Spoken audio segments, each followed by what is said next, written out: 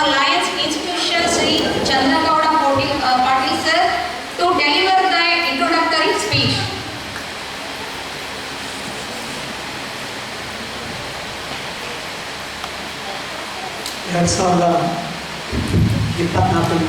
ಸಾಲಿನ ಈ ಪಾಲಕರ ಸಭೆಯಲ್ಲಿ ಆಸೀನರಾಗಿರುವಂಥ ಮತ್ತು ನಮ್ಮ ಶಾಲೆಯ ಹಾಗೂ ಪ್ರೈಮರಿ ಸೆಕ್ಷನ್ನ ಹೆಡ್ ಮಾಸ್ಟರ್ ಆಗಿರುವಂಥ ಗುರುಪಾದಾಯ ಸರ್ ಅವರೇ ಹಾಗೂ ಎಲ್ಲ ಗೌರವಾನ್ವಿತ ಪಾಲಕರೇ ಮತ್ತು ಶಿಕ್ಷಕಿಯರೇ, ನಮಗೆಲ್ಲ ಗೊತ್ತು ಇವತ್ತು ಪ್ರತಿ ವರ್ಷದಂತೆ ಈ ವರ್ಷವೂ ಕೂಡ ನಾವು ಪಾಲಕರ ಸಭೆಯನ್ನು ಕಂಡಿದ್ದೇವೆ.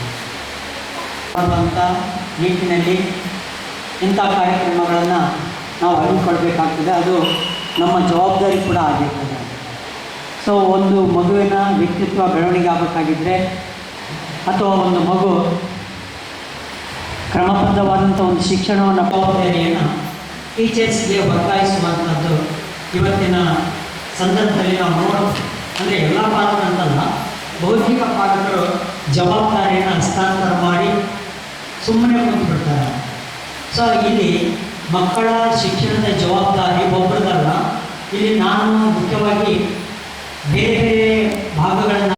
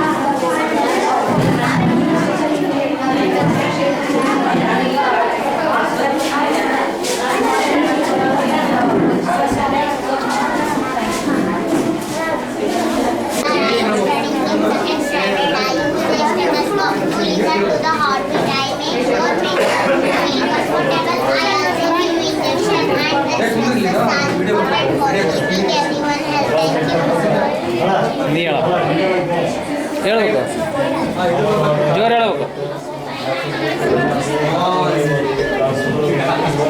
ಸೇಲ್ ಹೊಡ್ಲಿ, ಜೋರಾಗಿ ಹೇಳು.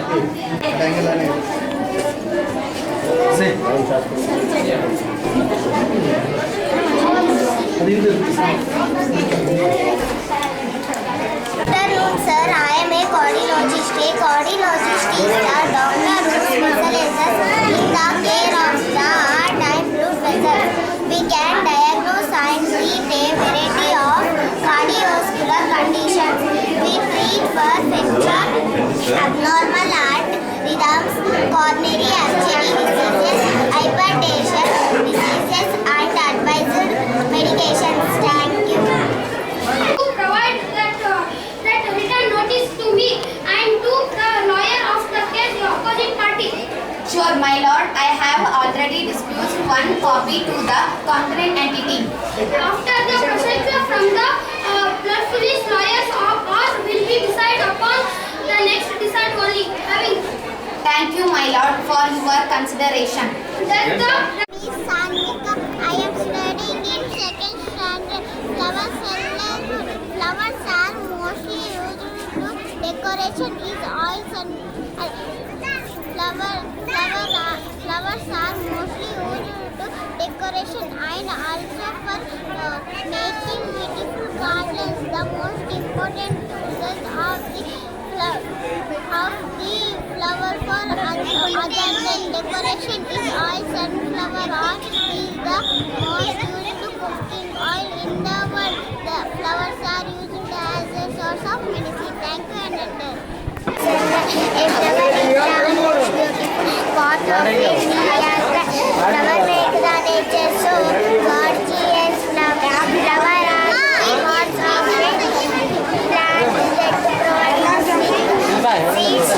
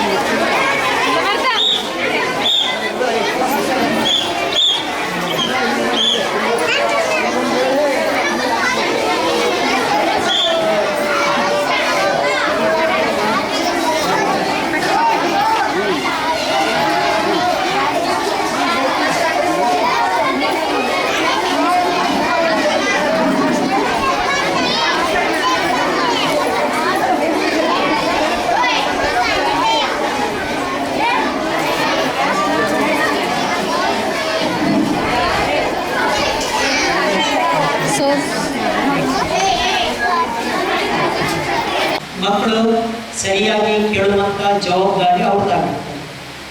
ಇನ್ನೂ 25% ಯಾರಿರ್ತದೆ ಅಂದರೆ ಟೀಚರ್ಸ್ ಇರ್ತಾರೆ. ಅಂದರೆ ಟೀಚರ್ಸ್ ಏನು ಮಾಡಬೇಕಾಗ್ತದೆ, ಮಕ್ಕಳ ವಯಸ್ಸಿಗೆ ಅನುಗುಣವಾಗಿ ನಿಮಗೆಲ್ಲ ಗೊತ್ತಿದೆ, LKG ನಾವು ಇವತ್ತು 7th ಪಾಲಕ ಸಭೆಯನ್ನು ಮಾಡ್ತಾ ಇದ್ದೇವೆ.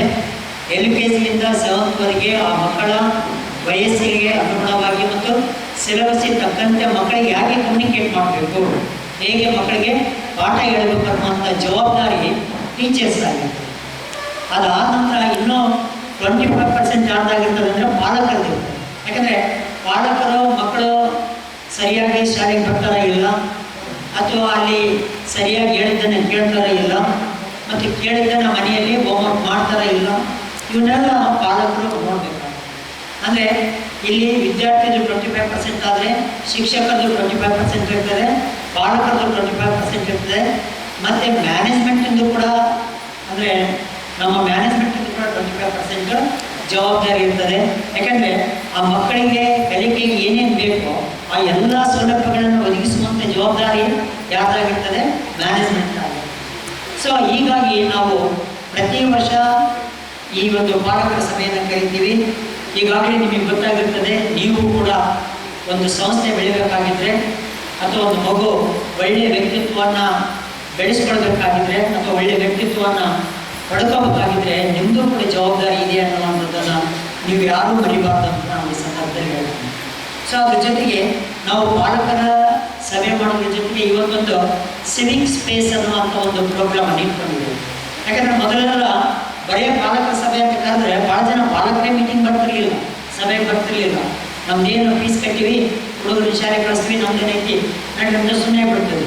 ಸೊ ಅದಕ್ಕೆ ನಾವು ಈಗ ಏನು ಮಾಡಿದ್ವಿ, 3-4 ವರ್ಷದಿಂದ ಹುಡುಗರಿಗೆ ಒಂದು ಕಲ್ಚರಲ್ ಆ್ಯಕ್ಟಿವಿಟೀಸು ಅಥವಾ ಕಮ್ಯುನಿಕೇಷನ್ ಸ್ಕಿಲ್ ಬೆಳೆಯುವ ಹಾಗೆ, ಅಂದರೆ ಇವತ್ತು ಸಿವಿಕ್ ಸ್ಪೇಸ್ ಅಂತ ಮಾಡಿ ಮಕ್ಕಳು ಯಾವ್ಯಾವ ಸನ್ನಿವೇಶದಲ್ಲಿ ಹೇಗೆ ಇಂಟರ್ಯಾಕ್ಟ್ ಮಾಡಬೇಕು ಅಥವಾ ಹೇಗೆ ಕಮ್ಯುನಿಕೇಟ್ ಮಾಡಬೇಕು ಅನ್ನುವಂಥ ಇಂಥದ್ದೊಂದು ಸ್ಕಿಲ್ಲನ್ನು ಬೆಳೆಸುವ ನಿಟ್ಟಿನಲ್ಲಿ ಇಂಥದ್ದೊಂದು ಕಾರ್ಯಕ್ರಮವನ್ನು ಆಯೋಜನೆ ಮಾಡಿದ್ದೇವೆ. ಮಕ್ಕಳು ತುಂಬ ಸಂಭ್ರಮದಿಂದ ಆ ಕಾರ್ಯಕ್ರಮದಲ್ಲಿ ಭಾಗವಹಿಸ್ತಾ ಇದ್ದಾರೆ. ಅದನ್ನು ನೋಡಿ ಸಂತೋಷ ಪಡೋದಕ್ಕೆ, ಕಣ್ಣು ತುಂಬಿಕೊಳ್ಳೋದಕ್ಕೆ ನಾವೆಲ್ಲ ಪಾಲಕರು ಬರ್ತೀರಿ ಅನ್ನುವಂಥ 2 ಉದ್ದೇಶಗಳನ್ನು ಇಟ್ಕೊಂಡು ಇವತ್ತು ನಾವು ಏನು ಮಾಡಿದ್ದೇವೆ ಅಂದರೆ ಮಕ್ಕಳು ಸ್ಕಿಲ್ಲನ್ನು ಬೆಳೆಸ್ಕೊಂಡಿರ್ಬೇಕು ಮತ್ತು ಅವರಿಗೆ ಎಂಟರ್ಟೈನ್ಮೆಂಟ್ ಆಗಿರಬೇಕು. ಅದ್ರ ಜೊತೆಗೆ ನೀವು ಕೂಡ ಅದರಲ್ಲಿ ಭಾಗಿಯಾಗಿರಬೇಕು ಮತ್ತು ಈ ಭಾಗಿಯಾದಂಥ ಸಂದರ್ಭದಲ್ಲಿ ನಿಮ್ಮ ಜವಾಬ್ದಾರಿಯನ್ನು ನೆನಪು ಮಾಡಬೇಕು ಅನ್ನುವಂಥ ಕಾರಣಕ್ಕಾಗಿ ನಾವು 2 ಏನು ಮಾಡಿದ್ದೇವೆ ಅಂದರೆ ಈ ಕಾರ್ಯಕ್ರಮವನ್ನು ಸಂಯೋಜನೆ ಮಾಡಿದ್ದೇವೆ. ಅಂದರೆ ಈ ಕಾರ್ಯಕ್ರಮದ ಜೊತೆಗೆ ಪಾಲಕರ ಸಭೆಯನ್ನು ಕೂಡ ನಾವು ಇವತ್ತು ಇಟ್ಕೊಂಡಿದ್ದೇವೆ ಅಂತ ಹೇಳ್ಬೋದು. ಇನ್ನು ನಮ್ಮ ಟೀಚರ್ಸ್ ಬಗ್ಗೆ ನಾವು ಹೇಳೋದಾಗಿದ್ದರೆ, ನಾವು ಈ ಟೀಚರ್ಸ್ ಇಂಗ್ಲೀಷ್ ಮೀಡಿಯಂ ಟೀಚರ್ಸ್ ಏನಿದ್ದಾರೆ ಮತ್ತು ಕನ್ನಡ ಮೀಡಿಯಂ ಟೀಚರ್ಸ್ ಇರ್ಬೋದು ಅಥವಾ 10th ಕ್ಲಾಸ್ ಹ್ಯಾಂಡಲ್ ಮಾಡುವಂಥ ಟೀಚರ್ಸ್ ಇರ್ಬೋದು, ಅವ್ರಿಗೆ ನಾನು ಪ್ರತ್ಯೇಕವಾಗಿ ಸಭೆಗಳನ್ನು ತಗೊಳ್ತಾ ಇದ್ದೀನಿ. ಮತ್ತು ಕಾಮನ್ ಆಗಿ ಪ್ರತಿ ತಿಂಗಳು ಟೀಚರ್ಸಿಗೆ ನಾನು ಸಭೆಯನ್ನು ಮಾಡ್ತಾ ಇದ್ದೀನಿ.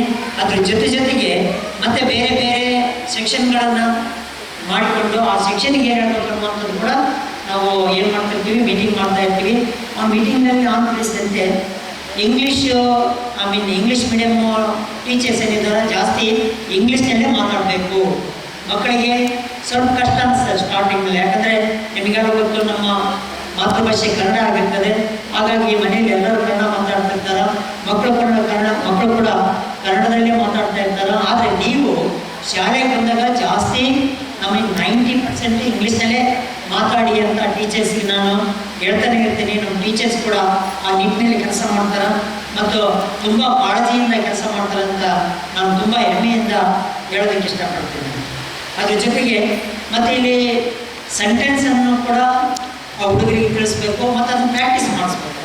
ಅಂದರೆ ಒಂದು ಹುಡುಗ ಶಾಲೆಗೆ ಬಂದ ನಂತರ ಮಿನಿಮಮ್ ಸೆಂಟೆನ್ಸಸ್ ಇರ್ತಾವೆ. ಆ ಮಿನಿಮಮ್ ಸೆಂಟೆನ್ಸಸ್ಗಳನ್ನು ನೀವು ಆ ಮಕ್ಕಳಿಗೆ ಏನು ಮಾಡಬೇಕು, ಡೈಲಿ ಪ್ರಾಕ್ಟೀಸ್ ಮಾಡಿಸ್ಬೇಕು. ಯಾವುದೇ ಆಗಲಿ ಸುಮ್ಮನೆ ಬರಲ್ಲ, ಎಲ್ಲ ನಾವು ಕಲಿಬೇಕಾಗಿದ್ರೆ ಮೊದಲೇನು ಬೇಕು, ಪ್ರಾಕ್ಟೀಸ್ ಬೇಕು. ಅದನ್ನೇ ನಾವೇನಂತ ಹೇಳ್ತೀವಿ, ಎಕ್ಸ್ಪೀರಿಯನ್ಸ್ ಅಂತ ಹೇಳ್ತೀವಿ. ಹೇಳ್ತಾ ಅಥವಾ ಆಡ್ತಾ ತಾನೇ ಬರ್ತದೆ. ಈಗ ಮಕ್ಕಳು ಇವತ್ತು ಪ್ರಾರ್ಥನೆ ಗೀತೆ ಆಡಿದ್ರು, ಅದು ಸುಮ್ಮನೆ ಬರೋದಲ್ಲ, ಪ್ರಾಕ್ಟೀಸ್ ಮಾಡೋದು ತಾನೇ ಬರ್ತದೆ. ಯಾರಾದರೂ ಕೂಡ ಆಡಾಡ್ಬೋದು, ಯಾವಾಗ ಪ್ರಾಕ್ಟೀಸ್ ಮಾಡಿದಾಗ. ಮತ್ತು ಯಾರಾದರೂ ಕೂಡ ಸೈಕಲ್ ಹೊಡಿಬೋದು, ಯಾವಾಗ ಪ್ರಾಕ್ಟೀಸ್ ಮಾಡಿದಾಗ. ಯಾರಾದರೂ ಕೂಡ ಈಜಾಡ್ಬೋದು, ಯಾವಾಗ ಪ್ರಾಕ್ಟೀಸ್ ಮಾಡಿದಾಗ. ನಾವು ದಂಡೆ ಮೇಲೆ ಕುಂತು ಈಜು ಕಲಿತೀನಂದ್ರೆ ಆಗಲ್ಲ. ಅದಕ್ಕೆ ನಾನು ಅವಾಗ ನಮ್ಮ ಟೀಚರ್ಸ್ನ ಹೇಳ್ತಿರ್ತೀನಿ. ಅದಕ್ಕೆ ನೀವು ಮಕ್ಕಳಿಗೆ ಏನು ಮಾಡಬೇಕು, ಮಿನಿಮಮ್ ಸೆಂಟೆನ್ಸಸ್ಸನ್ನು ಕಲಿಸ್ಬೇಕು ಅಂತ ಅವರಿಗೆ ಸೆಂಟೆನ್ಸಸ್ಸನ್ನು ಫಾರ್ಮೇಷನ್ ಮಾಡಿ ಅವರಿಗೆ ಪ್ರಿಂಟೆಡ್ ಕಾಪಿಯನ್ನು ಕೊಟ್ಟಿರ್ತೀವಿ. ಆ ಪ್ರಕಾರ ಅವರು ಮಕ್ಕಳಿಗೆ ಏನು ಮಾಡ್ತಾರೆ, ಅದನ್ನ ಪ್ರತಿದಿನ ಸೆಂಟೆನ್ಸ್ ಪ್ರಾಕ್ಟೀಸ್ ಮಾಡುವಂಥದ್ದು ನಮ್ಮ ಶಾಲೆಯಲ್ಲಿ ಮಾಡ್ತಾನೆ ಬರ್ತಾ ಇದ್ದಾರೆ ಅಂತ ಹೇಳ್ಬೋದು. ಹಾಗೆ ಪಾಲಕರು ಕೂಡ ನೀವೇನು ಮಾಡಬೇಕಂದ್ರೆ, ಮನೆಯಲ್ಲಿ ಮಕ್ಕಳು ಇಲ್ಲೇನು ನಾವು ಕಲಿಸಿಕೊಟ್ಟಿರ್ತೀವಿ ಕೆಲವೊಂದು ಸೆಂಟೆನ್ಸಸ್ಸು, ಆ ಸೆಂಟೆನ್ಸಸ್ ಮಾತಾಡೋದಕ್ಕೆ ನೀವು ಅವಕಾಶ ಮಾಡಿಕೊಡ್ಬೇಕು. ಹುಡುಗರು ತಪ್ಪು ಮಾತಾಡ್ಬೋದು ಅಥವಾ ಹುಡುಗರು ಸರಿ ಮಾತಾಡ್ಬೋದು. ಎಲ್ಲ ಹುಡುಗರು ಒಂದೇ ಸಲ ಸರಿ ಮಾತಾಡೋಕ್ಕಾಗಲ್ಲ. ಈವನ್ ನಾವು ಕನ್ನಡ ಮಾತಾಡ್ಬೇಕಾಗಿದ್ರು ಕೂಡ ಯಾರು ಗ್ರಾಮರ್ ಹಿಡ್ಕೊಂಡು ಗ್ರಾಮರ್ ಹೋಗಿ ಕನ್ನಡ ನಾವು ಮಾತಾಡಲ್ಲ. ಭಾಳ ಜನ ಇಂಗ್ಲೀಷ್ ಮಾತಾಡಬೇಕು ಅಂದರೆ ಫಸ್ಟು ಗ್ರಾಮರ್ ಕಲಿಬೇಕಂತ ತಪ್ಪು ತಿಳ್ಕೊಳ್ತಾರೆ. ಗ್ರಾಮರ್ ಆಮೇಲೆ ತಾನೇ ಬರ್ತದೆ. ಮೊದಲು ನಾವು ಏನು ಮಾಡಬೇಕು, ಮಾತಾಡೋದನ್ನು ಕಲಿಬೇಕು. ಅದಕ್ಕೆ ಪಾಲಕರು ಕೂಡ ಏನು ಮಾಡಬೇಕಂದ್ರೆ, ನಿಮ್ಗೆ ಎಷ್ಟು ಸಾಧ್ಯ ಅಷ್ಟು ಇಂಗ್ಲೀಷ್ನಲ್ಲಿ ಹೇಳೋದಕ್ಕೆ ಪ್ರಯತ್ನ ಮಾಡಬೇಕು. ಅಥವಾ ನೀವು ಹೇಳಿಲ್ಲ ಅಂದರೆ ನಮ್ಮ ಟೀಚರ್ಸ್ ಏನು ಹೇಳ್ಕೊಟ್ಟಿರ್ತಾರ ಅದನ್ನು ಮಾತಾಡೋದಕ್ಕೆ ನೀವು ಏನು ಮಾಡಬೇಕು, ಪ್ರೋತ್ಸಾಹಿಸಬೇಕು, ಎನ್ಕರೇಜ್ಮೆಂಟ್ ಕೊಡಬೇಕು. ವೆರಿ ಗುಡ್, ನೀನು ಚೆನ್ನಾಗಿ ಮಾತಾಡ್ತೀಯಪ್ಪ, ನನಗಿಂತ ಚಲೋ ಮಾತಾಡ್ತೀನಿ ನೋಡು, ನನಗೆ ಬರಲ್ಲ, ಅಥವಾ ನಿಮಗೆ ಬರ್ತದ್ರೆ ಈಗ ಮಾತಾಡ್ಬೇಕಂತ ನೀವು ಮಕ್ಕಳಿಗೆ ಏನು ಮಾಡ್ಬೇಕಂದ್ರೆ ಇಂಗ್ಲೀಷ್ ಭಾಷೆಯನ್ನು ಹುಡುಗರಿಗೆ ತಿಳಿಸ್ಕೊಡ್ಬೇಕು. ಆ ಕೆಲಸ ನೀವು ಮಾಡ್ಬೇಕಂತ ಹೇಳ್ಬೋದು. ಇನ್ನು ಮತ್ತೊಂದು ಪಾಲಕರ ಮತ್ತೊಂದು ಮುಖ್ಯ ಕೆಲಸ ಏನಂದರೆ, ಒಂದು ದಿನನೂ ತಪ್ಪದೇ ಕ್ಲಾಸಿಗೆ ಕಳಿಸ್ಬೇಕು. ಭಾಳ ಜನ ಒಂದು ದಿವ್ಸ ಕಳಿಸೋದು ಅಥವಾ 4 ದಿವ್ಸ ಕಳಿಸೋದು, ಒಂದು ದಿವ್ಸ ಬಿಡೋದು, ಅಥವಾ ಒಂದು ವಾರ ಕಳಿಸೋದು, ಆ ಕಾರ್ಯಕ್ರಮ ಇದೆ ಈ ಕಾರ್ಯಕ್ರಮ ಇದೆ ಅಂತ. ದಯವಿಟ್ಟು ನಿಮಗೆ ಏನೇ ಕಾರ್ಯಕ್ರಮ ಇವೆ ಮಕ್ಕಳನ್ನ ಸರಿಯಾಗಿ ಶಾಲೆಗೆ ಕಳಿಸಿದ್ರೆ ಅವಾಗ ಅವು ಏನಾಗ್ತಾವ ಅಂದರೆ ಕರೆಕ್ಟು ಕಲಿತಾವ. ನೀ 2 ದಿವಸ ಕಳಿಸ್ಬಿಟ್ರೆ ಮತ್ತೆ ಮಕ್ಕಳು 3ನೇ ದಿವಸ ಸ್ಕೂಲಿಗೆ ಬರೋದಕ್ಕೆ ಆಟ ಮಾಡ್ತಾರ. ನಿಮಗೆಲ್ಲ ಗೊತ್ತಿದೆ, ಮಕ್ಕಳಿಗೆ 1 ದಿವಸ ಕಳಿಸಿದ್ರೆ ಅವು ಮತ್ತೆ 2 ದಿವಸ ಹೋಗೋದಕ್ಕೆ ಇಷ್ಟಪಡಲ್ಲ, ಅಳಕ್ಕೆ ಸ್ಟಾರ್ಟ್ ಮಾಡ್ತಾವೆ. ಅದ್ರ ಸಲುವಾಗಿ ನಾನು ಹೇಳೋದೇನೆಂದರೆ, ನೀವು ಸಂಡೇ ಹೊರತುಪಡಿಸಿ ಡೈಲಿ ಹುಡುಗರನ್ನ ಶಾಲೆಗೆ ಕಳಿಸುವಂಥದ್ದು ಆ ಹುಡುಗ ತಲೆಯಲ್ಲಿ ಬರಬೇಕು. ನಾ ಏನು ಮಾಡಿದ್ರು ಶಾಲೆಗೆ ತಪ್ಪಿಸ್ಕೊಳಕ್ಕಾಗಲ್ಲ, ಕಳಿಸ್ತಾರ ಅಂತ ನೀವು ಒಂದ್ಸಲ ಆ ಹುಡುಗರಿಗೆ ತೋರಿಸ್ಕೊಟ್ರೆ ಅವು ನಾವೇ ರೆಡಿ ಆಗಿಬಿಡ್ತಾವೆ. ಅಥವಾ ಈ ಕಾಲೇಜು ಗುಣಮಟ್ಟದ ವಿಷಯದಲ್ಲಿ, ಈ ಶಾಲೆ ಯಾವುದೇ ಗುಣಮಟ್ಟದ ವಿಷಯದಲ್ಲಿ ಕಾಂಪ್ರಮೈಸ್ ಆಗದೆ ಅನ್ನೋದಕ್ಕೆ ಕಳೆದ 1 ವರ್ಷದಿಂದ ಕಲಿತಂಥ ನಮ್ಮ ಮಕ್ಕಳ ಪ್ರಗತಿಯನ್ನು ನೋಡಿದ್ರೆ ಗೊತ್ತಾಗುತ್ತೆ. ಸರ್ ಮಾತಾಡೋದು ಮತ್ತೊಂದು ಹೇಳಿದ್ರು, ಕೇವಲ ಶಿಕ್ಷಣ ಏಕಮುಖವಾದದ್ದಲ್ಲ, ಅದೊಂದು ತ್ರಿಮುಖ ಪ್ರಕ್ರಿಯೆ ಅಂತ ಕರೀತೀವಿ. ನೀವು ಅವಸ್ಥೆಗೆ ಒಂದಿಷ್ಟು ವರ್ಕ್ ಮಾಡಬೇಕು ಅಂತ ಹೇಳಿದ್ರು. ನಮ್ಮ ಕರ್ತವ್ಯ ಅನ್ಕೊಂಡಿದ್ದೀವಿ ನಾವು ಪೇರೆಂಟ್ಸ್ ಅಂದರೆ, ಶಾಲೆಗೆ ಬೇಕಾದ ಅವ್ರಿಗೆ ಪಠ್ಯಪುಸ್ತಕ ಅಥವಾ ಕಾಲೇಜ್ ಶಾಲೆ ಫೀಸ್ ಕಟ್ಟಿದ್ರೆ ಸಾಕು ಅಂತ ಅನ್ಕೊಂಡಿದ್ವಿ. ಅದ್ರ ಜೊತೆಗೆ ನಾವೇನು ಮಾಡಬೇಕಾದ್ರೆ ನಮ್ಮಲ್ಲಿ ಏನು ಕಲಿತಾ ಇದೆ, ಕಲೀಲಿಕ್ಕೆ ನಾನೇನು ಪ್ರೇರೇಪಣೆ ಮಾಡಬೇಕು ಅನ್ನೋ ಮಾತನ್ನು ಮಾಡಬೇಕು. ಉದಾಹರಣೆ, ನಮ್ಮ ಕಾಂಪೌಂಡಲ್ಲಿರುವ ಒಂದು ಸಣ್ಣ ಸಸಿ ಬಹಳ ದೊಡ್ಡ ಎತ್ತರವಾಗಿ ಮರವಾಗಿ ನೆರಳಿಕೊಳ್ಬೇಕಾದ್ರೆ ಕೇವಲ ಅದಕ್ಕೆ ಮಣ್ಣಿನ ಸಹಕಾರ ಅಷ್ಟೇ ಅಲ್ಲ, ಅದಕ್ಕೆ ಬೇಕಾದ ನೀರು ಆಗಾಗ ಆಗ್ತಾ ಇರಬೇಕು, ಆಗಾಗ ಸುತ್ತ ಬೇಲಿಯನ್ನು ಕಟ್ಟಬೇಕಾಗುತ್ತೆ. ಆ ಬೇಲಿ ಅನ್ನೋದು ಏನು ಇವತ್ತಿನ ಮಕ್ಕಳಿಗೆ ಅಂದರೆ ಮೊಬೈಲಿಂದ ಬೆಳೆಸೋದು. ಅದು ನಮಗೆ ತುಂಬ ಚಾಲೆಂಜಿಂಗ್ ಆಗಿದೆ ಪೇರೆಂಟ್ಸ್ಗೆ. ಒಂದು ಸಣ್ಣ ಮಗು ಹಾಲನ್ನು ಕುಡಿಯೋದನ್ನು ಬಿಡಿಸೋದು ಎಷ್ಟು ಕಷ್ಟನೋ, ಇವತ್ತಿನ ಕಾಲಕ್ಕೆ ಮಕ್ಕಳ ಕೈಯಲ್ಲಿ ಫೋನ್ ಕಸೋದು ಅಷ್ಟೇ ಕಷ್ಟ ಆಗಿದೆ. ಆದರೆ ಅದನ್ನು ಕೂಡ ಸಾಧ್ಯ ಇದೆ. ಯಾವಾಗ ಆ ಮೊಬೈಲ್ ಯೂಸನ್ನು ನಾವು ಕಡಿಮೆ ಮಾಡಿದ್ರೆ ನಮ್ಮ ಅಭ್ಯಾಸದಲ್ಲಿ ಒಂಚೂರು ಬದಲಾವಣೆ ಆದರೆ, ಯಾಕಂದರೆ ಮಕ್ಕಳು ಈ ಏಜಲ್ಲಿ ನಾವು ಕಲಿಸುವಂಥ ಶಾಲೆ 1ರಿಂದ 7ನೇ ತರಗತಿಯಲ್ಲಿ ಕಲಿತು ಮಕ್ಕಳು ಮನಸ್ಸು ಹೆಂಗಿರುತ್ತಂದ್ರೆ ಹಸಿ ಮುದ್ದೆ, ಮಾಂಸದ ಮುದ್ದೆ ಥರ ಒಂದು ಹಳ್ಳನ್ನು ನಾವು ಏನು ಹೋಗಿದ್ವಿ ಅದು ಕ್ಯಾಚ್ ಮಾಡ್ಕೊಳ್ಳೋ ಸಾಮರ್ಥ್ಯ ಇರುತ್ತೆ. ಅಂಥ ಸ್ಥಿತಿಯಲ್ಲಿ ನಮ್ಮ ಮಕ್ಕಳಿದ್ದಾರೆ. ಹಾಗಾಗಿ ಒಳ್ಳೆಯದನ್ನು ಬಿತ್ತುವ ಕೆಲಸವನ್ನು ನಾವು ಮಾಡೋಣ. ಜೊತೆಗೆ ಈ ಶಾಲೆಯ ಎಲ್ಲ ಸಿಬ್ಬಂದಿ ವರ್ಗಗಳು ಕೂಡ ಮಾಡ್ತಿದ್ದಾರೆ. ಇವತ್ತು ನಾವು ಕೂತಿರೋ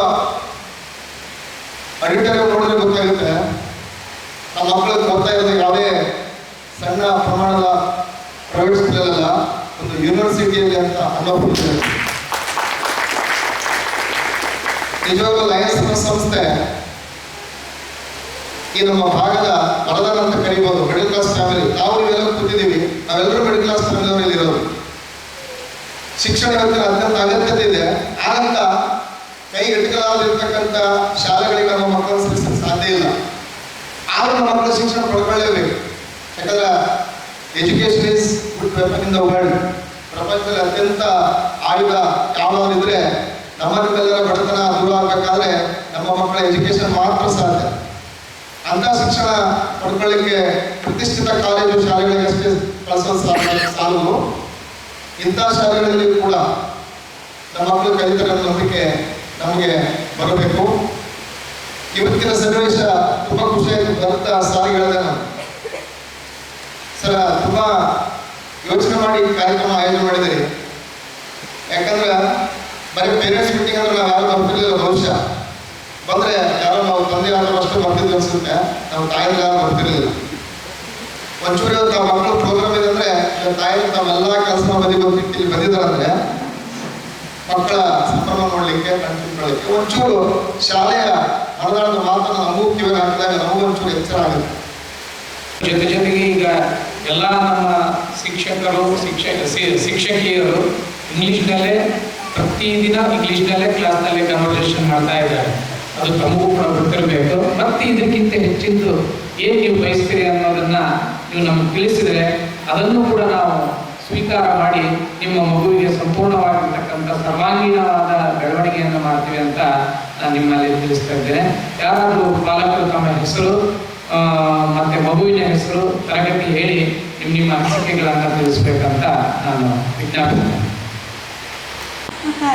ನನ್ನ ಶಿಕ್ಷಕರೊಂದು ಒಂಥರ ಫ್ಯಾಮಿಲಿ ಇಯರ್ಸ್ ಇದ್ದಂಗೆ ಅವ್ರು ನನಗೆ ಶಿಕ್ಷಕರಿಂದ.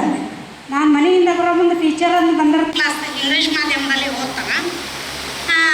ಎಲ್ಲ ಶಿಕ್ಷಕರು ಅವ್ರು ಜಾಸ್ತಿ ಮಾಡ್ತಾರೆ ನನಗೆ. 2 ದಿನಕ್ಕೊಮ್ಮೆ ಇದಕ್ಕೆ ಸ್ಕೂಲಿಗೆ ಬರ್ತೀರಿ ನೀವು ಅಂತೇಳಿ ಎಲ್ಲರೂ ನಾನು ಬುದ್ಧಿ ಕೊಡೋ ನಿಮ್ಮ ಮಾಡಿ ಪ್ರತಿ ವಾರಕ್ಕೆ 2 ಸರಿ ನಾನು ಸ್ಕೂಲಿಗೆ ಬರ್ತೀನಿ. ಯಾರು ಇದನ್ನು ಮಾಡ್ಯಾರೋ ಇಲ್ಲೋ ಪ್ರತಿ ವಾರಕ್ಕೂ 2 ಸರಿ ಸ್ಕೂಲಿಗೆ ಬರ್ತೀನಿ. ಒಬ್ಬ ಶಿಕ್ಷಕರನ್ನಾದರೂ ನನ್ನ ಮಗನ ಬಗ್ಗೆ ಕೇಳಿ ನಾನು ಹೋಗ್ತೀನಿ. ನಾನು ಬರ್ತೀನಿ ಅಂತ ಹೆಮ್ಮೆ ಅಲ್ಲ, ಆದ್ರೆ ನನ್ನ ಮಗ ಹೆಂಗೆ ಶಿಕ್ಷಕರು ಅವರೊಂದಿಗೆ ಹೆಂಗೆ ವರ್ತನ ಮಾಡ್ತಾನೆ ಅನ್ನೋದು ನನಗೂ ಇದು ಆಗಬೇಕು ಅನ್ನೋದಕ್ಕೆ ನಾನು ಬರ್ತೀನಿ. ಇಲ್ಲಿ ಸರ್ವತೋಮುಖ ಅಭಿವೃದ್ಧಿಗಾಗಿ ಎಲ್ಲರೂ ಶ್ರಮಿಸ್ತಕ್ಕಂಥ ಶಿಕ್ಷಕರೊಂದು ಆಡಳಿತ ವರ್ಗ ನೋಡಿ ನನಗೆ ಭಾಳ ತುಂಬ ಖುಷಿ ಆಗ್ತದೆ. ಮತ್ತು ಪ್ರತಿಯೊಂದು ವಿಷಯ ಸಣ್ಣ ಸಮಸ್ಯೆ ಇದ್ದರೂ ನಾ ಬಂದವರು ಶಿಕ್ಷಕರಿಗೆ ಹೇಳಿದ್ರೆ ಇಲ್ಲ ಹಿಂಗೆ ಮಗ ಕೂಡ ಹೇಳ್ತಾನೆ, ಅಮ್ಮ ನೀವು ಬಂದು ನನ್ನ ಟೀಚರ್ನ ಭೇಟಿ ಆಗ್ಬೇಕಂದ್ರೆ ಅವ್ರು ಏನು ಹೇಳ್ತಾರೆ ಕೇಳು ಅಂತ ಹೇಳ್ತಾನೆ. ಅವನ ಅಭ್ಯಾಸಕ್ಕೆ ಕಿರಿಕಿರಿ ಮಾಡಿದ್ರೆ ನಾ ಮನ್ಯಾಗ ಬೈದ್ರೆ ನೀ ಟೀಚರ್ನ ಭೇಟಿ ಆಗು ಅಂತ ಹೇಳ್ತಾನೆ. ಅಂದ್ರೆ ನಮ್ದು ಆತ್ಮವಿಶ್ವಾಸ ಮಕ್ಕಳ ಬಗ್ಗೆ ಅವ್ರಿಗೂ ಅದ, ಅವ್ರ ಬಗ್ಗೆ ಮಕ್ಕಳಿಗೂ ಅದ. ಇದು ಭಾಳ ಸಂತೋಷ ಪಡ್ತಕ್ಕಂಥ ವಿಷಯ. ಯಾಕಂದ್ರೆ ಮನೆಯೊಳಗೆ ನಾನು ಮಾತಾಡಲಾರ್ದಂಥ ಮಾತು ಇಂಗ್ಲೀಷ್ ವರ್ಡ್ ನನ್ನ ಮಗ ನಾನು ಗ್ರಾಜುಯೇಟ್ ಇದ್ದೀನಿ, ಆದ್ರೆ ನನಗೂ ಮೀರಿ ಮಾತಾಡ್ತಂತ. ಅಂದ್ರೆ ಇದರಲ್ಲಿ ಅವ್ರ ಶ್ರಮಾನ ಭಾಳ ಅದ ಅಂತ ನಾ ಹೇಳಲಿಕ್ಕೆ ಸಂತೋಷ ಪಡ್ತೀನಿ. ನಾ ಹಿರಿಯರ ಮುಂದೆ ಭಾಳ ಮಾತಾಡಂಗಿಲ್ಲ. ಮಕ್ಕಳ ಬಗ್ಗೆ ಮತ್ತು ಇನ್ನೊಂದು ಏನು ಹೇಳಬೇಕು ಅಂದರೆ ಒಂದು ಸಬ್ಜೆಕ್ಟ್ ಎಲ್ಲ ಸಬ್ಜೆಕ್ಟ್ಸ್ಗೂ ಒಂದೇ ಟೀಚರ್ ಆದಾಗ ಒಂದು ಸಬ್ಜೆಕ್ಟ್ನ ಪೂರ 1 ದಿನ ತೊಗೊತೀರ ನೀವು. ಎಲ್ಲ ಸಬ್ಜೆಕ್ಟ್ನೂ ಒನ್ ಡೇ ಒಂದು. ಈಗ ಸೋಮವಾರ ಕನ್ನಡ ಆಯಿತು ಅಂದರೆ ಮಂಗಳವಾರ ಇಂಗ್ಲೀಷು, ಬುಧವಾರ ಮ್ಯಾಥ್ಸು, ಆಮೇಲೆ ಇನ್ನೊಂದು ಅದರ್ ಆ್ಯಕ್ಟಿವಿಟೀಸ್ ಮತ್ತು ಇನ್ನೊಂದು ವಾರ ಅಂತೇಳಿ ಡೈಲಿ ಅವ್ರಿಗೆ ಅದೇ ಒಂದು ಸಬ್ಜೆಕ್ಟ್ ರಿವಿಷನ್ ಆಗೋಲ್ಲ, ಕಂಟಿನ್ಯೂಸಿ ಇರೋಲ್ಲ ಎಲ್ಲ ಸಬ್ಜೆಕ್ಟ್ಸು ಅಂತ. ಅದನ್ನು ಒಂದು ಪ್ರೊವೈಡ್ ಮಾಡಿದರೆ ಬೆಟರ್ ಇರುತ್ತೆ ಅಂತ 1 to 4 ವರ್ಗ.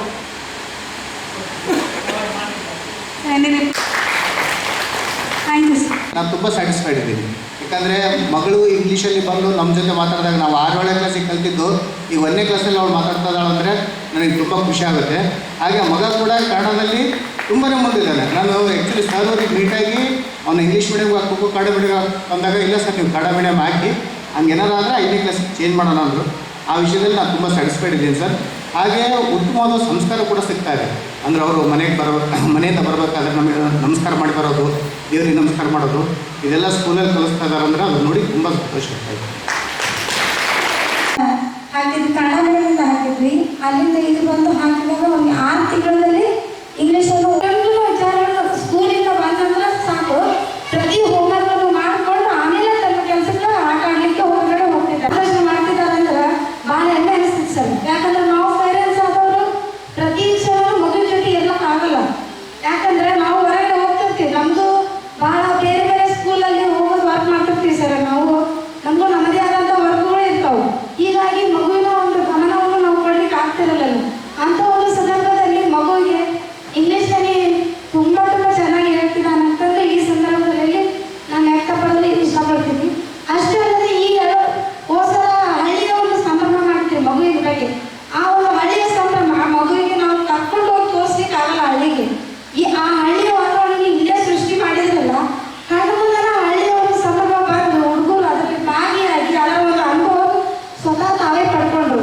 ಅಷ್ಟಲ್ಲ ಈ ವರ್ಷನೂ ಕೂಡ ಎಕ್ಸಿಬಿಷನ್ ರೆಡಿ ಮಾಡಿರಲ್ಲ, ಅದನ್ನ ಸ್ಟೇಜ್ ತಂದು ಅದು ಕೂಡ ಮಗುವಿಗೆ ಒಂದು ಇಂಥವ್ರು ಇದ್ರ ಸೈಂಟಿಸ್ಟ್ ಅನ್ನೋದು ಒಂದು ಕಲ್ಪನೆ ಅವ್ರ ಮಗುವಿಗೆ ಬರ್ತಾ ಇದೆ. ಅಂದ್ರೆ ಇಷ್ಟಿಗೆ ಯಾರು ಅನ್ನೋದು ಕಲ್ಪನೆ ಇರಲಿಲ್ಲ ಅವ್ರಿಗೆ. ಆ ವೇಷವನ್ನು ಆ ಮಗುವಿಗೆ ಕೊಟ್ಟಿದಾಗ ಆ ವ್ಯಕ್ತಿ ಇದ್ದ ಅನ್ನೋದ್ರ ಬಗ್ಗೆ ಇವಾಗ ಕಲ್ಪನೆ ಬರ್ತಾ ಇದೆ. ಇಷ್ಟು ಹೇಳಿ ನನ್ನ ಅನಿಸಿಕೆ ಮುಗಿಸ್ತೇನೆ. ಧನ್ಯವಾದ. ಕರೆಕ್ಟ್ ಆಗಿದೆ. Parents point of view correct. ಅವ್ರ ಜೀವನ ಮೇಲೆ ಅವ್ರು ಬಿಸಿ ಇರ್ತಾರೆ, ಹೇಳ್ಕೊಳಕ್ಕಾಗಲ್ಲ. ನೀವು ಅದನ್ನು ಅಬ್ಸರ್ವ್ ಮಾಡ್ತಾ ಇರ್ತೀವಿ. ನೀವು ಎಕ್ಸ್ಪೆಕ್ಟೇಷನ್ ನಮ್ಮ ಕಡೆ ಹೇಳಿ ಅಂತ ಹೇಳ್ಕೊಡ್ತಾರೆ, 2 ಕಡೆಯಿಂದ ಕೈ ತಗೊಳ್ಳೆ ಇರಲಿ ಅಂತೇಳಿ. ಮಿಡ್ಲ್ ಕ್ಲಾಸ್ ಇರೋದ್ರಿಂದ ಅವರು ಕೆಲಸ ಒತ್ತಡದಲ್ಲಿ ಕೆಲವರು ಗಮನ ಹರಿಸಬೇಕಾಗಿದ್ರೆ ಆಗಿರಲ್ಲ. ನಾನು ಏನು ಹೇಳ್ತಿದ್ದೆ ಅಂದರೆ ಈಗ ಒಟ್ಟಾರೆ ಶಿಕ್ಷಣ ವಿಷಯದಲ್ಲಿ ನಮಗೇನು ಅಭ್ಯಂತರ ಇಲ್ಲ, ತೊಂದರೆನೂ ಇಲ್ಲ. ಆ ಗುಣಮಟ್ಟದ ಶಿಕ್ಷಣ ನಿಮ್ಮ ಸಂಸ್ಥೆ ಕಾಪಾಡ್ತಾ ಇದೆ ಅಂತ ಎಲ್ಲರೂ ಇಂಗ್ಲೀಷ್ನಲ್ಲೇ ಮಾತಾಡಿ ಅಂತ ಪ್ರೋತ್ಸಾಹ ಪಡ್ತಾ ಇದ್ದಾರೆ. ಅದು ಇವಾಗ ಈ ಜನ್ರೇಷನಲ್ಲಿ ಕಾಮನ್ ಆಗಿರೋದು. 20 ವರ್ಷದಿಂದ ನಾವು ಓದ್ತಿರೋವಾಗಲೂ ಅದನ್ನ ಎಕ್ಸ್ಪೆಕ್ಟ್ ಮಾಡಿದ್ರು. ಬಟ್ ಇವತ್ತಿಲ್ಲ 1ನೇ ಕ್ಲಾಸಲ್ಲಿ ಇರೋರು ಇವಾಗಲೇ ಮಾತಾಡೋಕ್ಕಾಗಲ್ಲ. ಅದು 10ನೇ ಕ್ಲಾಸಲ್ಲಿ ಕಲಿಬೋದು, 8ನೇ ಕ್ಲಾಸಲ್ಲಿ ಕಲಿಬೋದು. ಅದು ಪ್ಲಾಟ್ಫಾರ್ಮ್ ಇದೆ, ಆ ಟ್ರೆಂಡಲ್ಲಿ ಅದು ಬಂದೇ ಬರುತ್ತೆ.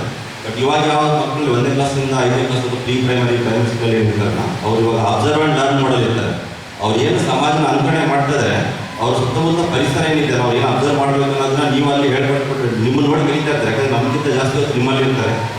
ಆ ವಾದದಲ್ಲಿ ಸೃಷ್ಟಿ ಮಾಡಿದ್ರೆ ನಂಬಿಕೆ ನಮಗಿದೆ. ಅದನ್ನು ಹೇಳ್ತಾ ಇದ್ದ ಕೆಲವೊಂದು ಕೊರತೆ ನಮ್ಮ ಇಂಪ್ಲಿಮೆಂಟ್ ಅಂತ ಕೊರತೆ ಅಲ್ಲ, ಇಂಪ್ಲಿಮೆಂಟೇಷನ್ ಏನಂದರೆ ಅವರಲ್ಲಿರೋದನ್ನ ಸ್ಕಿಲ್ಸ್ ಏನಿದ್ದಾರೆ, ಭಾಳಷ್ಟು ಸಮಯ ನಿಮ್ಮ ಜೊತೆ ಕಳ್ಕೊಳ್ಳೋದ್ರಿಂದ ಅವರಲ್ಲಿರೋ ಏನು ಸ್ಕಿಲ್ಸ್ ಇದ್ದಾರೆ ಅದು ಮುಂದೆ ಹುಡುಗರಿಗೆ ಯಾವ ರೀತಿ ಪ್ರೋತ್ಸಾಹ ಕೊಟ್ಟರೆ ಮುಂದೆ ಬೆಳೀಬೋದು ಅದರಲ್ಲಿ. ಯಾಕಂದರೆ ಎಜುಕೇಷನ್ ಎಲ್ಲರೂ ತೊಗೊಂಡ್ಬಿಡ್ತಾರೆ ಇವತ್ತಿನ ನಾಳೆ. ಎಲ್ಲರೂ SSLC ಆದಮೇಲೆ ಯಾರು ಮಾರ್ಕ್ಸ್ ಕೇಳಲ್ಲ. ಜೀವನದಲ್ಲಿ ಅವ್ರು ಆ ಸ್ಕಿಲ್ಸ್ನ ಯಾವ ರೀತಿ ಇಂಪ್ಲಿಮೆಂಟ್ ಮಾಡ್ಕೊಳ್ಳೋದು ಮುಖ್ಯ ಅಲ್ಲ. ಅದೇ ಯಾವತ್ತೂ ಆ ಸ್ಕಿಲ್ಸ್ ಅವರಿಗೆ ಯೂಸ್ ಆಗುತ್ತಲ್ಲ, ಆ ಸ್ಕಿಲ್ಸ್ನ ಇಂಪ್ಲಿಮೆಂಟ್ ಮಾಡಬೇಕು ಅಂತ 2-3 ಸರಿ ಬಂದಿದ್ದೆ ನಾನು ಸಂಗೀತ.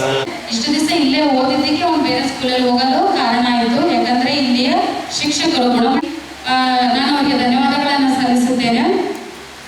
ಈಗ 4th ಸ್ಟ್ಯಾಂಡರ್ಡ್ ಓದ್ತಾ ಇದ್ದಾಳಲ್ಲ ನನ್ನ ಮಗಳು ಪ್ರತೀಕ್ಷಾ ಅಂತ, ಶಿಕ್ಷಕರ ಮೇಲೆ ಬಹಳ ಅಗಾಧವಾದ ಗೌರವ ಇದೆ. ಯಾಕಪ್ಪ ಅಂದರೆ ನಾನು ಏನು ಹೇಳಿದ್ರು ಇಲ್ಲ ನಮ್ಮ ಮಿಸ್ ಹೀಗೆ ಹೇಳ್ಯಾರ, ನಾನು ಹಿಂಗೆ ಮಾಡ್ತೀನಿ ಅನ್ನೋದು ಭಾಳ ಇದೆ. ಅದಕ್ಕೆ ಕಾರಣ ಯಾರಪ್ಪ ಅಂದರೆ ಇಲ್ಲಿಯ ಶಿಕ್ಷಕರಂತ ಹೇಳ್ಬೋದು.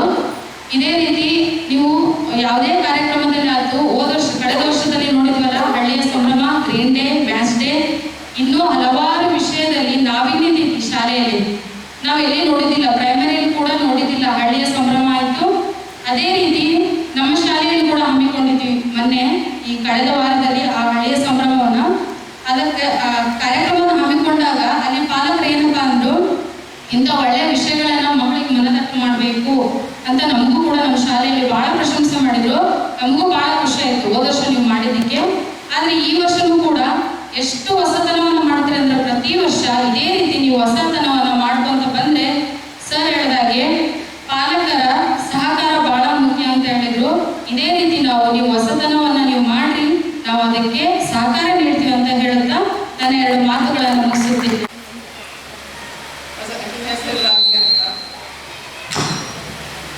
ಅದು ನಾವು ಏನಂದ್ರೆ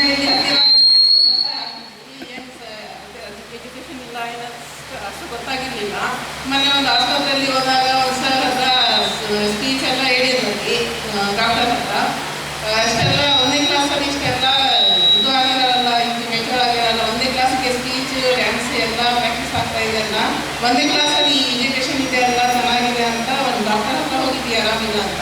ಅಲ್ಲಿ ಡಾಕ್ಟರ್ ಭಾಳ ಪ್ರೋತ್ಸಾಹ ಮಾಡಿದ್ರು, ಭಾಳ ಖುಷಿ ಆಯಿತು.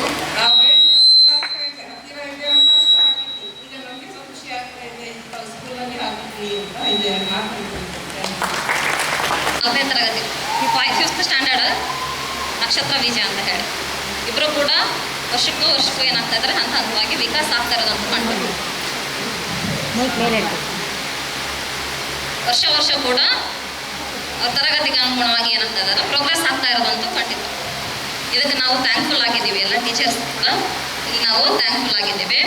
ಗುರು ಬ್ರಹ್ಮ, ಗುರು ವಿಷ್ಣು, ಗುರುದೇವೋ ಮಹೇಶ್ವರ, ಗುರು ಸಾಕ್ಷಾತ್ ಪರಬ್ರಹ್ಮ, ತಸ್ಮೈ ಶ್ರೀ ಗುರುವೇ ನಮಃ ಅಂತ ಹೇಳ್ತೇವೆ.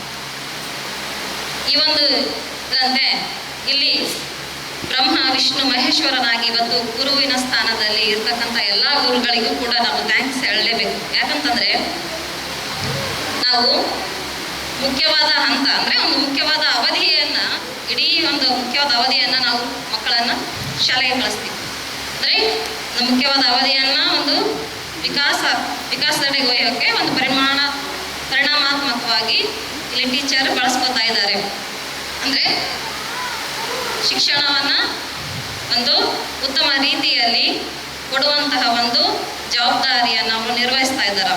ಹಾಗಾಗಿ ಅವರಿಂದಾಗಿ ಇವತ್ತು ನಮ್ಮ ಮಕ್ಕಳು ಏನಾಗ್ತಾ ಇದ್ದಾರೆ, ವರ್ಷದಿಂದ ವರ್ಷಕ್ಕೆ ಒಂದು ಬೆಳವಣಿಗೆಯನ್ನು ಹೊಂದ್ತಾ ಇದ್ದಾರೆ, ಕಲಿಕೆಯನ್ನು ಹೊಂದ್ತಾ ಇದ್ದಾರೆ ಅಂತ ಹೇಳೋಕ್ಕೆ ಇಷ್ಟಪಡ್ತಾ ಇದ್ದೀನಿ. ಹಾಗೆಯೇ ಇಲ್ಲಿ ಶೈಕ್ಷಣಿಕ ಕಾರ್ಯಕ್ರಮಗಳ ಜೊತೆಗೆ ಮಕ್ಕಳಿಗೆ ಪ್ರಾಯೋಗಿಕ ಕಾರ್ಯಗಳು ನಡೆಸ್ತಾ ಇರೋದ್ರಿಂದ ಅವರಲ್ಲಿ ಸರ್ವತೋಮುಖ ಬೆಳವಣಿಗೆ ಆಗೋಕ್ಕೂ ಕೂಡ ಸಾಧ್ಯ ಆಗಿದೆ. ಅದ್ರ ಜೊತೆಗೇನೆ ಆರೋಗ್ಯದ ಬಗ್ಗೆ ಕೂಡ ಕಾಳಜಿ ತಗೊಂಡಿರೋದು. ಒಂದು 2-3 ಸಾರಿ ಈ ವರ್ಷ ಅಂದರೆ ಪ್ರತಿ ವರ್ಷನೂ ನೋಡ್ತಾ ಇದ್ದೀವಿ ನಾವು ಆರೋಗ್ಯದ ಕಾಳಜಿ ಹೆಂಗೆ ಅದೊಂದು ಹಲ್ಲಿನ ಒಂದು ಟೆಸ್ಟ್ಗಳನ್ನು ಮಾಡಿಸಿದ್ದು ಜಂತುಹುಳಿ ಕುರಿತಾಗಿ, ಅಂದರೆ ಅವರ ಆರೋಗ್ಯದ ಕುರಿತಾಗಿ ಸಹ ಹಲವಾರು ಕಾರ್ಯಕ್ರಮಗಳನ್ನು ಹಮ್ಮಿಕೊಂಡು ಜಾಗೃತಿ ಮೂಡಿಸುವಂಥ ಜೊತೆಗೆ ಪಾಲಕರಲ್ಲಿ ಕೂಡ ಜಾಗೃತಿ ಮೂಡಿಸುವಂಥ ಹಲವಾರು ವಿಚಾರಗಳನ್ನು ಹೊಂದಿ ಈ ಒಂದು ಶಿಕ್ಷಣ ಸಂಸ್ಥೆ ನಮ್ಮ ಮಕ್ಕಳಿಗೆ ಅವರ ಕಲಿಕೆಗೆ ಒಂದು ಕಾರ್ಯನಿರ್ವಹಿಸ್ತಾ ಇರೋದು ನಮ್ಗೆ ಕಾಣಬರ್ತಾ ಇದೆ. ಹಾಗಾಗಿ ಈ ಒಂದು ಅವರ ಒಂದು ಶೈಕ್ಷಣಿಕ ಮಾರ್ಗದರ್ಶನ ನಮ್ಮ ಮಕ್ಕಳಿಗೆ ಇನ್ನೂ ಕೂಡ ತುಂಬ ಅಗತ್ಯವಾಗಿದೆ. ಪ್ರತಿಯೊಂದು ಹೀಗೆ ನಮ್ಮ ಮಕ್ಕಳಿಗೆ ಟಾಸ್ಕ್ ಅಂತ ಕೊಟ್ಟಾಗ ತುಂಬ ಚೆನ್ನಾಗಿ ಬಂದು ಒಪ್ಪಿಸ್ತಾರೆ ಅವರು. ಯಾವುದೇ ಒಂದು ಕೆಲಸ ಇದನ್ನು ಮಾಡ್ಕೊಂಬರ್ರಿ ಅಂತಂದ ತಕ್ಷಣ ಏನು ಮಾಡ್ತಾರೆ, ನಮ್ಮ ಮಿಸ್ ಹೇಳಿದ್ದಾರೆ ಇದು ನಾನು ಮಾಡ್ಕೊಂಡು ಹೋಗಲೇಬೇಕು ಅಂತ ಹೇಳಿ ಅದು ಮರುದಿನ ತೊಗೊಂಡು ಬಂದು ಒಪ್ಪಿಸಿರೋದು ನಾವು ನೋಡೀವಿ. ಅದೇ ಒಂದು ಟಾಸ್ಕ್ ಏನೋ ಒಂದು ಈ ಒಂದು ಮಗ್ಗಿ ಹೇಳ್ರಿ, ನನಗೆ ಒಂದು ಶ್ಲೋಕ ಹೇಳ್ರಿ ಅಂದರೆ ನಮ್ಮ ಮಕ್ಕಳು ನಾವು ಹೇಳಿದ್ರೆ ಕೇಳಂಗಿಲ್ಲ ರೀ. ಅಬ್ಸರ್ವ್ ಮಾಡಿರ್ಬೇಕಾದ್ರೆ ನಾನು ತುಂಬ ಸರಿ ಹೇಳ್ತೀನಿ, ಓದ್ರಿ ಓದ್ರಿ ತುಂಬ ಸರಿ ಹೇಳ್ತೀನಿ. ಅವ್ರು ನಾವು ಹೇಳಿದ್ದು ಭಾಳ ಕೇಳಲ್ಲ, ಅವ್ರು ಮಿಸ್ ಹೇಳಿದ್ದು ಕೇಳ್ತಾರೆ. ಯಾಕಂದರೆ ನಾವು ಹೇಳಿದ್ದು ಅಮ್ಮ ನೀ ಹಂಗಲ್ಲಮ್ಮ, ನಮ್ಮ ಮಿಸ್ ಹಿಂಗೆ ಹೇಳ್ಯಾರ, ನಾ ಹಿಂಗೆ ಮಾಡೋದು ಅದನ್ನು. ಇದು ಎಲ್ಲರಿಗೂ ಸ್ವಲ್ಪ ಅನುಭವ ಆಗಿರ್ತದೆ. ಯಾಕಂದರೆ ಅವರು ಅವರ ಶಿಕ್ಷಕರನ್ನ ಅಷ್ಟೊಂದು ಗೌರವಿಸ್ತಾ ಇರೋದು ಇದೊಂದು ನಿದರ್ಶನ ಅಂತಲೇ ಹೇಳ್ಬೋದು. ಹಾಗಾಗಿ ನಾವು ನಿಮ್ಮಿಂದನೇ ಏನಾಗಬೇಕಾಗಿದೆ, ಪ್ರತಿದಿನ ಏನಾಗಬೇಕು, ಕೆಲವೊಂದು ಟಾಸ್ಕ್ ರೀತಿಯಲ್ಲಿ ಕೆಲವೊಂದೇನು ಲೆಸನ್